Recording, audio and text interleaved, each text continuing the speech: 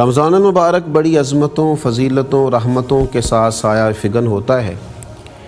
اس ماہ نور کا ایک ایک لمحہ، ایک ایک گھڑی، ایک ایک ساتھ بڑی فضیلتوں اور عظمتوں والی۔ اللہ تبارک و تعالیٰ کی خاص رحمتیں اس مہینے کے لمحات میں اپنے بندوں پر برستی ہیں، اور اس مہینے کا ایک ایک لمحہ امت کے لیے رحمتیں اور برکتیں لے کے آتا ہے۔ لیکن رمضان شریف میں کچھ مخصوص عبادات ہیں۔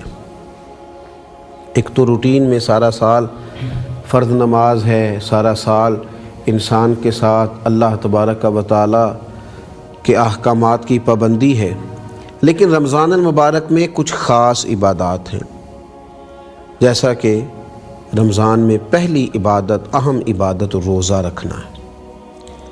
قرآن مجید نے کہا یا ایھا الذین آمنوا کتب علیکم الصیام، اے ایمان والو تم پر روزے فرض کیے گئے، کما کتب علی الذین من قبلکم، جیسا تم سے پہلے لوگوں پر فرض کیے گئے تھے۔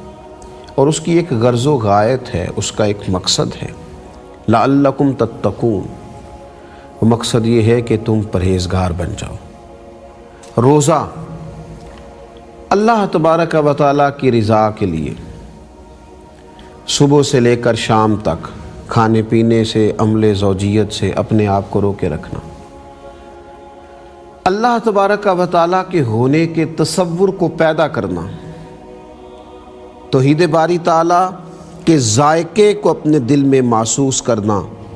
یعنی انسان اکیلا ہے گھر میں، اس کے پاس کھانے پینے کی ساری اشیاء موجود ہیں، کوئی دیکھنے والا نہیں ہے، لیکن وہ اپنے آپ کو روکے رکھتا ہے۔ معنی کیا ہے؟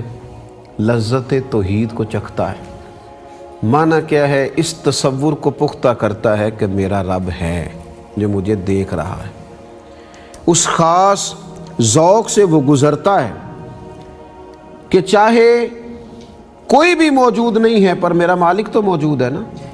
تو روزہ عقیدے کی وہ پختگی دیتا ہے، ایمان اور یقین کی وہ دولت عطا کرتا ہے کہ انسان اپنے ضمیر میں اور اپنے دل میں اور اپنی روح میں ایک مضبوط مومن کی صورت میں اپنے آپ کو ابھرتا ہوا محسوس کرتا ہے۔ اس لیے رسول پاک صلی اللہ تعالیٰ علیہ وسلم نے فرمایا کہ اللہ تعالیٰ فرماتا ہے ابن آدم کا ہر عمل اس کے لیے ہے پر روزہ میرے لیے، اور رب فرماتا ہے میں خود ہی اس کی جزا عطا کروں گا۔ اور پھر نبی کریم صلی اللہ تعالیٰ علیہ وسلم نے فرمایا روزہ ڈھال ہے، جب تم میں سے کوئی شخص روزہ دار ہو تو وہ بیہودہ گفتگو نہ کرے، فحش گوئی سے اجتناب کرے، اور اگر کوئی شخص اسے گالی دے یا اس سے جھگڑا کرے تو وہ کہے یار میں تو روزے میں ہوں، میں تو روزہ دار ہوں۔ حضور علیہ الصلوۃ والسلام فرماتے مجھے اس ذات کی قسم، یہ ذرا لفظ دیکھیے، کریم فرماتے ہیں مجھے اس ذات کی قسم جس کے قبضے میں محمد عربی صلی اللہ علیہ وسلم کی جان ہے، حضور فرمانے لگے روزہ دار کے منہ کی خوشبو قیامت کے دن اللہ کی بارگاہ میں کستوری اور عنبر کی خوشبو سے بھی زیادہ محبوب ہوگی۔ صرف اس کے منہ کی خوشبو، اتنا رب پیار کرے گا روزہ رکھنے والے سے، اتنی محبت کرے گا اللہ تبارک و تعالیٰ۔ اور حضور علیہ الصلوۃ والسلام فرمانے لگے وہ جو سالکین طریقت ہیں نا، وہ جو اپنے رب کی یاد میں تڑپتے ہیں، وہ جو روز کہتے ہیں کبھی اے حقیقت منتظر نظر آ نہ لباس مجاز میں، لاکھوں سجدے تڑپ رہے ہیں میری جبین نیاز میں، وہ جو کہتے ہیں لنگ کئی مہینے تے برس گئے تے تیری دید نو دیدے ترس گئے، وہ جو اس کی دیدار کے مشتاق ہیں، وہ جو اس کی زیارت کے متلاشی ہیں، کیا اس عبادت کا انہیں اجر ملے گا کہ کریم رسول فرماتے ہیں روزہ دار کو دو خوشیاں نصیب ہوں گی۔ ایک خوشی اس وقت ملے گی جب وہ روزہ افطار کرتے ہیں، اور ایک خوشی اس وقت ملے گی جب وہ رب سے ملاقات کریں گے، وہ اپنے رب سے ملیں گے، اللہ کی ان سے ملاقات ہوگی۔ اس عبادت کا اتنا بڑا اجر نصیب ہوگا۔ تو روزہ دار، روزہ حضور فرماتے ہیں جنت میں ایک دروازہ ہے باب الریان اس کا نام ہے، اس سے صرف روزہ دار گزرے گا۔ رب نے گیٹ ہی علیحدہ بنا دیا ہے، دروازہ ہی الگ سے تیار کرا دیا، دوسرا کوئی گزر ہی نہیں سکتا، بھئی یہاں سے صرف وہ گزریں جو میری رضا کے لیے روزہ رکھتے۔ تو روزہ ایک عبادت رمضان کی۔ دوسری عبادت تراویح۔ نبی اکرم صلی اللہ تعالیٰ علیہ وآلہ وسلم نے ارشاد فرمایا، جس نے رمضان المبارک میں ایمان اور ثواب کی نیت سے قیام کیا، اللہ اس کے گزشتہ تمام گناہوں کو معاف فرما دے گا۔ اور حضور علیہ السلام فرماتے، رمضان اور قرآن دونوں اللہ کی بارگاہ میں قیامت میں عرض کریں گے۔ روزہ عرض کرے گا، مالک میں نے اسے دن بھر کھانے پینے سے روکا رکھا، اور قرآن عرض کرے گا، مالک میں نے اسے رات کو نیند سے روکے رکھا۔ وہ نماز، یہاں تراویح بھی مراد لیا گیا اس حدیث سے، اور تہجد بھی لیا گیا۔ تو اللہ میری بھی شفاعت قبول فرما، تو اللہ تعالیٰ قرآن اور رمضان کی برکت سے بندے کی بخشش فرما دے گا۔ تو رات کو تھوڑا شوق پیدا کیا جائے، تراویح کا ذوق بنایا جائے، کوشش کی جائے جہاں تراویح شروع کی جائے جس امام کے پیچھے، وہیں پورا مہینہ پڑھی جائے، تاکہ پورا قرآن مجید ذوق شوق سے سننے کا موقع ملے۔ اور اگر نیت کر لی جائے نا تو انشاءاللہ توفیقات بڑی ملتی ہیں، فضل اللہ بڑا فرماتا ہے۔ تیسری رمضان کی عبادت ہے سحری اور افطاری۔ اسلامی عبادات کسی مخصوص پوجا پاٹ کا نام نہیں، اسلامی عبادات تو رب کا حکم ماننے کا نام ہے۔ اہل یہود سحری نہیں کیا کرتے تھے، ان کے ہاں صبح سحری کھانے کا تصور ہی نہیں تھا، لیکن مسلمانوں کے ہاں سحری کی فضیلت یہ ہے کہ نبی پاک علیہ السلام نے فرمایا، ہمارے اور یہودیوں کے درمیان فرق ہی سحری کھانے کا ہے۔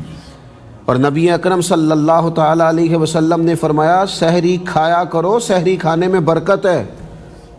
یعنی یہ تم مت سمجھو کہ صبح میں تو چپاتی کھا رہا ہوں، میں تو سالن کھا رہا ہوں، میں تو دہی کھا رہا ہوں۔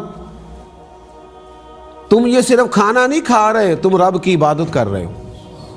یہ عبادت ہے، یہ خاص خدا کا فضل ہے۔ صبح اٹھ کر سحری کرنا، افطاری کے وقت کھانا کھانا، یہ عبادت ہے۔ اور میرا خیال ہے یہ حدیث پاک جو ترغیب و ترہیب میں موجود ہے، اسے جو لوگ سنیں گے نا، وہ تو شاید سحری کے لقمے کا روحانی ذائقہ محسوس کریں گے۔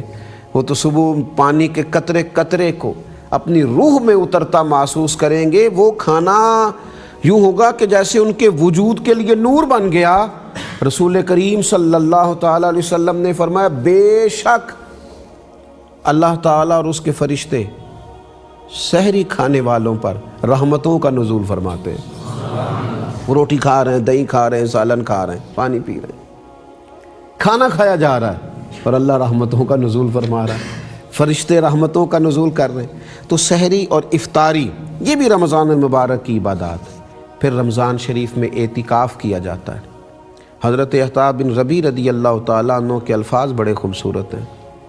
آپ فرمایا کرتے کہ معتکف کی، اعتکاف کرنے والے کی مثال اس شخص کی طرح ہے جو کسی ضرورت کے لیے کسی بڑے آدمی کے دروازے پہ گیا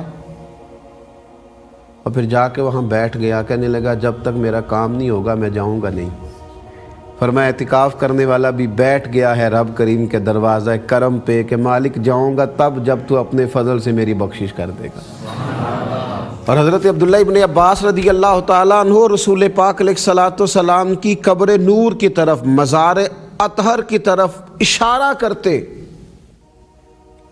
اور ساتھ ان کی مقدس آنکھوں سے ٹپ ٹپ آنسو بہتے، فرماتے زیادہ دیر نہیں ہوئی، میں نے اس قبر میں آرام فرما محبوب علیہ السلام سے سنا ہے کہ جو رب کریم کی رضا کے لیے ایک دن کا بھی اعتکاف کرے گا نا، اللہ اس کے اور دوزخ کے درمیان 3 خندقیں بنا دے گا، اور ایک خندق کی چوڑائی لمبائی اتنی ہے جتنے زمین و آسمان ہوتے ہیں۔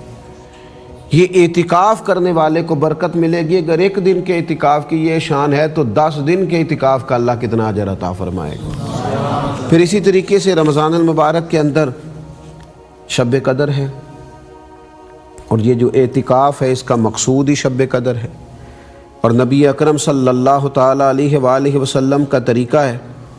حضور فرماتے شب قدر کو رمضان کی آخری 10 دنوں میں تلاش کرو۔ اسی کے لیے حضور اعتکاف فرماتے، لوگوں کو اٹھاتے، اور سرور کائنات علیہ الصلوۃ والسلام نے اس ماہ مقدس کی یہ عظمت اور فضیلت بیان کی اس رات کی کہ قرآن مجید نے کہا لیلۃ القدر خیر من الف شہر، یہ وہ ایک رات ہے جو ایک رات ہے پر 1000 مہینوں پر فضیلت رکھتی ہے۔ تو اس ماہ مقدس کی ایک عبادت شب قدر کی تلاش بھی ہے، پھر صدقہ فطر اس مہینے میں ادا کیا جاتا ہے۔ اور نبی اکرم صلی اللہ تعالیٰ علیہ وسلم نے اس ماہ مبارک کو ویسے ہی غمخواری کا مہینہ قرار دیا ہے، مساوات کا مہینہ قرار دیا ہے، صدقات کیے جائیں، صدقہ فطر بھی ہو اور دیگر صدقات نافلہ بھی ادا کیے جائیں، تھوڑی سی غریب پروری کی جائے، لوگوں کو خیر میں شامل کیا جائے۔ صحابہ کرام علیہم رضوان فرماتے ہیں رمضان حضور تو ہمیشہ ہی سخی تھے، کبھی زبان پر لفظ لا